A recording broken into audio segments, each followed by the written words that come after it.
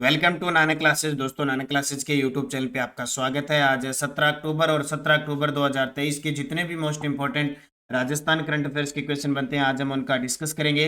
पूरा वीडियो ध्यान से देखना और लास्ट में मैं आपसे क्वेश्चन पूछूंगा जिनके जवाब आपको कमेंट बॉक्स में देने। आज हम पढ़ेंगे 3 दिवसीय सर्द रंग महोत्सव का आयोजन कहाँ किया गया, 5 दिवसीय फ्रेंच कल्चर फेस्टिवल का आयोजन और आचार संहिता के उल्लंघन की शिकायतों के लिए सी विजिल ऐप कैसे काम करता है, क्या इसकी खासियत है, पूरी चर्चा इस वीडियो के माध्यम से करेंगे। डेली आपको क्लास मिलती है, संडे के दिन वीकली और फिर मंथली क्लास मिलती है। तो नानक क्लासेज ऐप के अंदर जो अपनी टेस्ट सीरीज है जनवरी से दिसंबर 2023, इसमें एक तो कल जो परसों संडे वाली क्लास है उसका साप्ताहिक टेस्ट मिल गया और एक सितंबर महीने की पीडीएफ आपको प्राप्त हो चुकी है। प्रिंट निकाल सकते हैं आप इस टेस्ट सीरीज के अंदर जो जनवरी से दिसंबर है।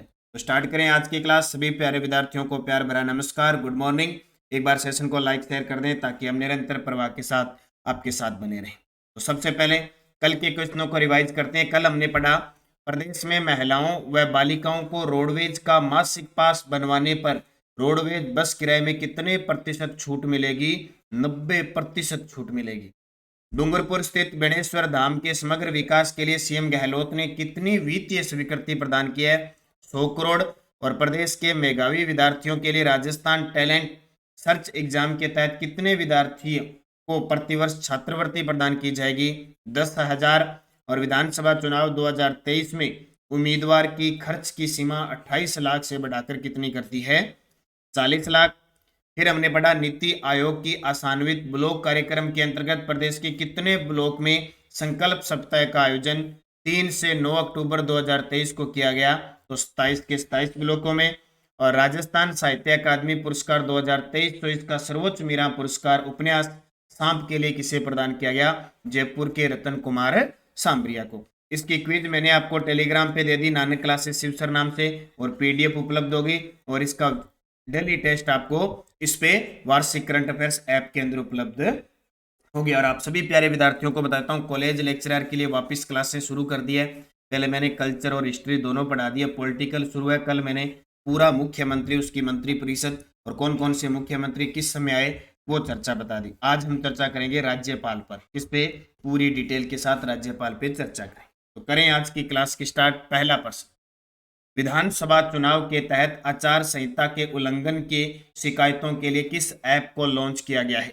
9 अक्टूबर से आचार संहिता लग गई और जैसे ही आचार संहिता लगी सब काम धाम मंत्रियों के हाथ से छूट गया और चुनाव आयोग के हाथ में आ गया। इसके चुनाव आयोग के हाथ में आ गया। जैसे चुनाव आयोग अनुमति देगा तो काम करना है, नहीं देगा तो नहीं है। पोस्टर वगैरह सब हटाए जा रहे हैं, जो भी काम था वहीं का वहीं रह गया। बहुत सारी नियुक्तियां थी वो भी वहीं की वहीं रह गई। हाँ, चुनाव आयोग किसी की अनुमति दे देता है तो वो काम हो सकता है।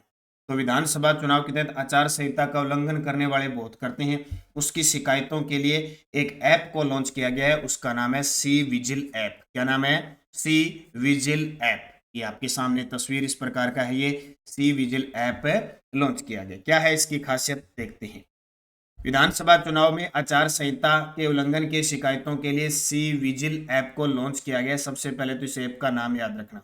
क्या है? C vigil app. निर्वाचन आयोग का सी विजिल ऐप लोगों के लिए एक ऐसा माध्यम होगा जिससे आम लोग आसानी से आचार संहिता उल्लंघन के प्रमाण सीधे चुनाव आयोग को भेज पाएंगे और इसका निस्तारण 100 मिनट के भीतर होगा भी।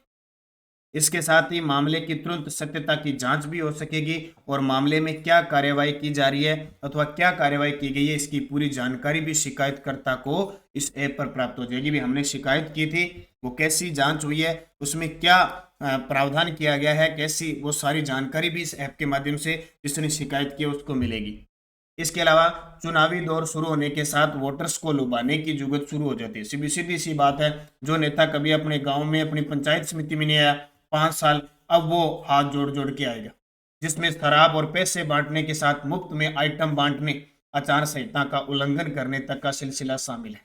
यानी जैसे चुनाव हो गए शराब का काम स्टार्ट हो जाता है। पीने वालों को तो यही चाहिए, पैसे वालों को पैसा चाहिए, ठीक है, और बहुत सारी चीजों का कैसे भी जुगाड़ करते हैं। तो आचार संहिता का ये उल्लंघन है। इसकी शिकायत के लिए चुनाव आयोग का सी विजिल ऐप आपकी मदद करेगा। जनता इस ऐप में अपनी पहचान छिपाकर भी शिकायत कर सकती है। ये बहुत ही शानदार है, गजब की बात है। जैसे जैसे समय बीतता जा रहा है, नए नए टेक्नोलॉजी सामने आ रही है, तो निर्वाचन आयोग का सी विजिल ऐप तो देख लेना, अगर आपको कहीं लगे भी ऐसा हो रहा है तो जरूर इसका प्रयोग कर लेना। दूसरा प्रश्न, 5 दिवसीय फ्रेंच कल्चर फेस्टिवल का आयोजन राजस्थान में कहाँ किया जा रहा है? 5 दिवसीय फ्रेंच, फ्रेंच का मतलब है फ्रांसीसी भाषा, ये कल्चर फेस्टिवल का आयोजन राजस्थान में कहाँ किया जा रहा है? उदयपुर में, यानी फ्रांस की संस्कृति का आयोजन किया जा रहा है उदयपुर में। तो ये प्रश्न एग्जाम में आते हैं भी, इस प्रकार के आयोजन वगैरह जितने भी हो जाए ना, हम अपने लगते हैं, जब आप प्रश्न को देखते हैं तो अपने को लगता है ये क्या प्रश्न पेपर में आ जाता है, लेकिन एग्जामिनर का दिमाग वहीं सटकता है। तो जो विद्यार्थी है वो क्या सोचेगा भी ऐसा प्रश्न नहीं आ सकता, वो ही देता है। तो किसी भी प्रकार से क्वेश्चन करंट को घुमाया जा सकता है, क्योंकि इतनी भीड़ है, भीड़ को कम करने के लिए कुछ भी किया जा सकता है। शाम दाम दंड भेद एग्जामिनर लगाता है तो हमें भी लगाना है। तो राजस्थान की कला संस्कृति से रूबरू होने और फ्रांस की कलाओं से परिचित करवाने French institute in India France उच्चायोग द्वारा उदयपुर और जयपुर में आयोजित 5 दिवसीय फ्रेंच कल्चर फेस्टिवल का शुभारंभ 13 अक्टूबर 2023 को उदयपुर में हुआ। फ्रांस से आए विभिन्न फ्रांसीसी कलाकारों ने शहर के विभिन्न हिस्सों में अपनी कलाओं का प्रदर्शन किया। इस आयोजन का मुख्य उद्देश्य फ्रांस और भारत, विशेष रूप से राजस्थान उदयपुर के बीच साझेदारी को मजबूत करना है। तो नोट कर लेना, कौन से 5 दिवसीय फ्रेंच कल्चर फेस्टिवल का आयोजन राजस्थान में उदयपुर के अंदर। और उदयपुर तो फेमस रहता है, कुछ दिन पहले राष्ट्रमंडल संसदीय सम्मेलन भी हुआ था ना, और ये RS प्री के अंदर एग्जाम हुआ था। कोई मोस्ट फेवरेट शहरों की सूची में, रोमांस की सूची में, पर्यटकों की दृष्टि से उदयपुर लगभग छाया रहता है। अभी एक क्वेश्चन भी ये बताऊंगा मैं आपको, ये रहा। ऑनलाइन ट्रेवल पोर्टल ने MSN ने सूर्यास्त देखने के लिए, सूर्य अस्त होते हुए देखने के लिए दुनिया के 25 बेहतरीन शहरों में भारत के किस शहर को शामिल किया? देखो, जब भी ट्रेवल पोर्ट ये जितने भी पर्यटन की दृष्टि से नाम आए तो नाम आता है झीलों की नगरी उदयपुर। यानी ऑनलाइन ट्रेवल पोर्टल MSN ने सूर्यास्त देखने के लिए, मान लो झील है वगैरह है, सूर्य अस्त हो रहा है, उसका नज़ारा देखने के बेहतरीन शहरों में भारत के किस शहर को शामिल किया है? उदयपुर को शामिल किया है। मैं कल तक या परसों तक आपको पूरे 2023 में उदयपुर में क्या घटित हुई है, कौन सा पुरस्कार मिला है, सारे बताऊंगा। क्योंकि अभी स्मार्ट सिटी योजना, अपने राजस्थान के 4 शहर शामिल है स्मार्ट सिटी योजना में, उसमें भी उदयपुर को देश में 7वां स्थान मिला है, राजस्थान में पहले। तो ऑनलाइन ट्रेवल के अंदर, और ये भी देखो 25 बेहतरीन शहरों में उदयपुर को तीसरा स्थान मिला है ऑनलाइन, यानी दुनिया के 25 बेहतरीन शहरों में उदयपुर को तीसरा स्थान मिला। उदयपुर के जिला कलेक्टर ताराचंद मीणा, और जब भी उदयपुर का नाम आता है तो मिशन कोटड़ा जरूर याद रखें। प्रदेश के किस गांव में डिजिटल लाइब्रेरी व म्यूजियम तथा संत पद्माराम जी का स्मारक बनाया जाएगा? प्रदेश के किस गांव में डिजिटल लाइब्रेरी व म्यूजियम व संत पद्माराम जी का स्मारक बनाया जाएगा? यानी पर्यटकों को लुभाने के लिए ये बनाया जाएगा, यानी पर्यटन क्षेत्र विकसित किया जाएगा। सीधी सी बात है, देखो ये क्षेत्र देखो ऐसे किया जाएगा।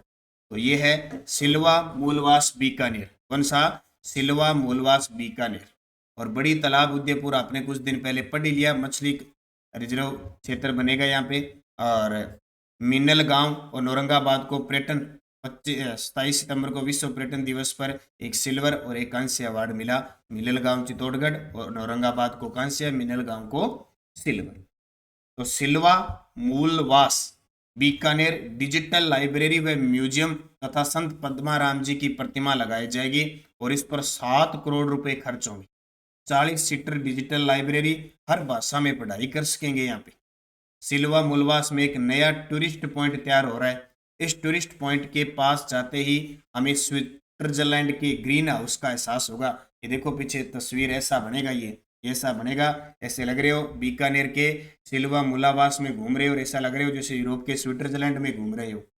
पद्म पैलेस परिसर के 5 बीघा क्षेत्र में एक ऐसा स्मारक तैयार हो रहा है जिसमें डिजिटल लाइब्रेरी, म्यूजियम और तरह तरह के फूलों से तैयार कैफेटेरिया में होगा। तो जरूर जाना, भी पर्यटन क्षेत्र बन रहा है सिल्वा मूलवास। और बीकानेर की बात करें तो बीकानेर तो वैसे ही पर्यटन के क्षेत्र में BSF के द्वारा जो सांचू पोस्ट है, ठीक है, उसको भी यहाँ पे विकसित किया जा रहा है पर्यटन के क्षेत्र में। और भी बीकानेर के अंदर कई थीम पार्क वगैरह बनाए जा रहे हैं जिससे ये पर्यटकों को आकर्षित करेगा।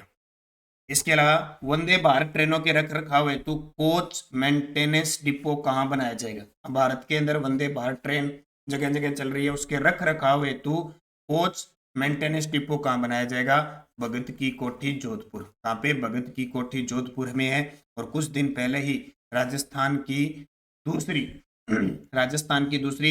पश्चिमी राजस्थान की पहली वंदे भारत ट्रेन चली थी भगत की कोठी रेलवे स्टेशन से साबरमती चली थी ना। अब सारी वंदे भारत ट्रेन याद रखनी है। पहली चली अजमेर से लेकर दिल्ली, दूसरी भगत की कोठी जोधपुर से साबरमती, तीसरी अभी चली है जयपुर से उदयपुर, ठीक है, चौथी प्रस्तावित है जयपुर से चंडीगढ़। तो जैसे जैसे वंदे भारत ट्रेन है उनको हम याद रखते जाएंगे। और कुछ दिन पहले हमने पढ़ा नावा सिटी नागौर यहाँ पे स्पीड ट्रायल के लिए ट्रैक बनेगा लगभग 60 किलोमीटर का। तो वंदे भारत ट्रेनों के रख रखाव हेतु कोच मेंटेनेंस डिपो कहाँ बनाया जाएगा। भगत की कोठी जोधपुर। और रेलवे स्टेशनों पर जन औषधि केंद्र खोले जाएंगे, उसमें भी शामिल है भगत की कोठी रेलवे स्टेशन। अगला 13 से 15 अक्टूबर 2023 को डेल्फिक काउंसिल ऑफ राजस्थान की ओर से 3 दिवसीय शरद रंग महोत्सव का आयोजन कहाँ किया। लगा लो स्टार। ये पर्सन जब जब डेल्फिक के मामले में, डेल्फिक काउंसिल ऑफ राजस्थान है, ये क्या करता है, खेल आयोजन वगैरह करवाता है, यानी कला संस्कृति के खेल। एक तो गेम होते हैं जैसे मतलब फुटबॉल क्रिकेट हो गया, वो नहीं, ये प्रोग्राम कार्यक्रम करवाते हैं, महोत्सव वगैरह। जैसे शरद रंग महोत्सव का आयोजन कहाँ किया गया, तो जवाहर कला केंद्र जयपुर के अंदर। कब से कब तक? 13 से 15 अक्टूबर 2023 को। अब देखो डिटेल।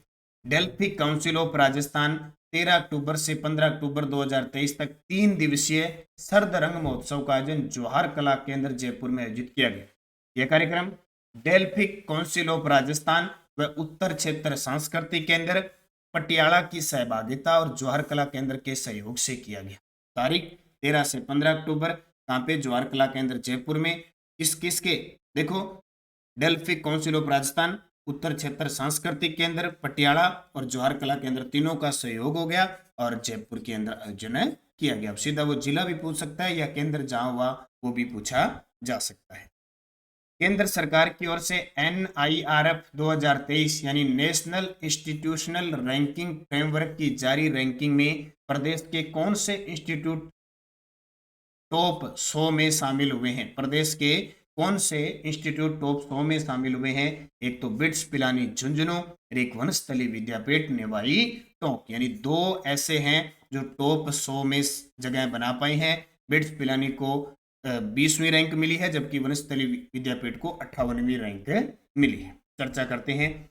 केंद्र सरकार की ओर से जारी NIRF 2023 यानी national institutional ranking framework ranking में पिलानी की Birla institute of technology and science यानी बिट्स है, बिट्स का पूरा नाम है Birla institute of technology and science को 20वीं रैंक तथा वनस्थली विद्यापीठ जो निवाई टोंक के अंदर है 58वीं रैंक ने टॉप 100 में अपनी जगह बनाई।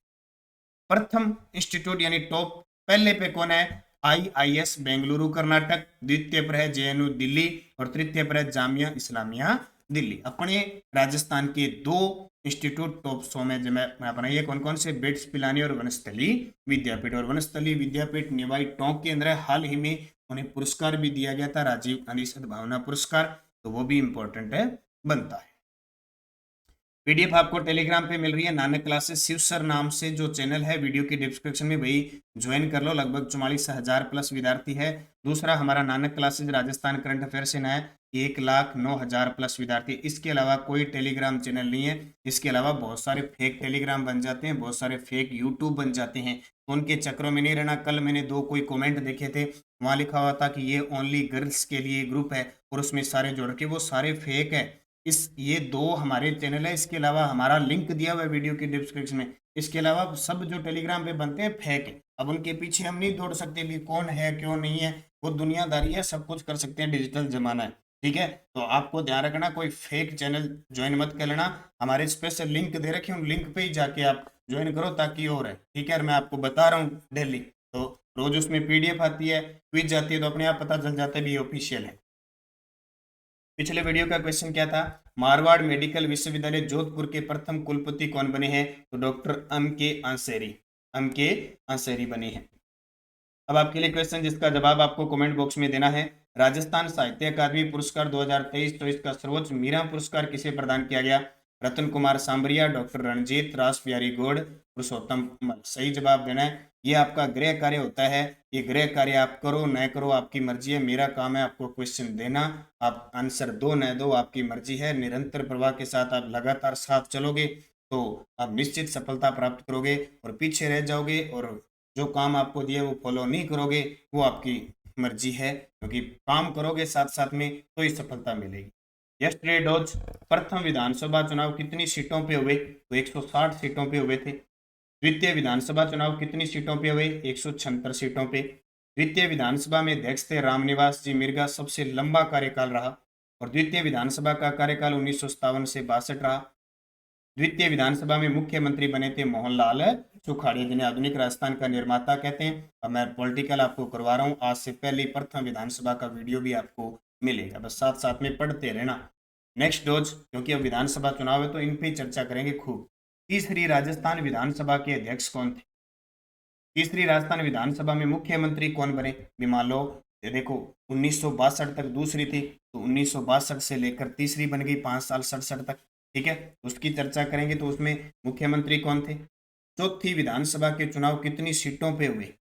चौथी विधानसभा के फिर अध्यक्ष कौन बने, और किस विधानसभा में पहली बार राज्य मंत्री और संसदीय सचिव बनाए गए थे? अब ये चौथी विधानसभा में कौन थे, कितनी सीटें थी, हालांकि हमें याद नहीं रहता, लेकिन 5-5% हम पढ़ेंगे ना तो हमारे हमेशा के लिए याद रह जाएगा। बस काम आपको करना है, साथ साथ में आपको याद करना है और इनके जवाब देना है। तो मैं निरंतर आपके साथ है ये क्वेश्चन साझा करता रहूंगा, बस आप निरंतर अध्ययन करो, अच्छे तरीके से पढ़ो। ऐप में नानक क्लासेज ऐप के अंदर सारी टेस्ट सीरीज चल रही है जितनी भी है, रीट की है, सेकंड ग्रेड है, फर्स्ट ग्रेड है, कॉलेज लेक्चरर है, पीटीआई है, और पीटीआई का हमारा जल्द ही आपके लिए सेकंड पेपर का कोर्स भी लॉन्च होने जा रहा है। रिकॉर्डेड क्लासें आपको ऐप के अंदर मिलेगी, तो तैयार रहिए। और उसके साथ टेस्ट वगैरह बहुत सारी मिलेगी, और हम कोशिश करेंगे कि जो रिकॉर्डेड क्लास लेगा, हमारी बुक भी जल्द भी पीटीआई सेकंड पेपर के लिए आएगी, तो वो भी आपको फ्री उपलब्ध होगी, पीडीएफ भी फ्री उपलब्ध होगी। बस आप निरंतर ध्यान करो और ये पुस्तक खरीद लो जिसने नहीं ली है। राष्ट्रीय अंतर्राष्ट्रीय राजस्थान वस्तुनिष्ठ करंट अफेयर्स, सितंबर तक का डाटा है, जैसे ही पूरा साल होगा पूरे साल की भी पुस्तक आपको दे दी जाएगी। आर एस प्री में आपने देखे होंगे कितने क्वेश्चन पेपर से आई। बस आदत डालो, सुबह 10 से 15 मिनट करंट पढ़ना है तो पढ़ना ही है, पुस्तक से भी पढ़ना है, डेली क्लास भी पढ़नी है, बाकी आपकी मर्जी। बताना हमारा फर्ज है, फॉलो करना आपका काम है। धन्यवाद। जय हिंद, जय भारत, जय राजस्थान।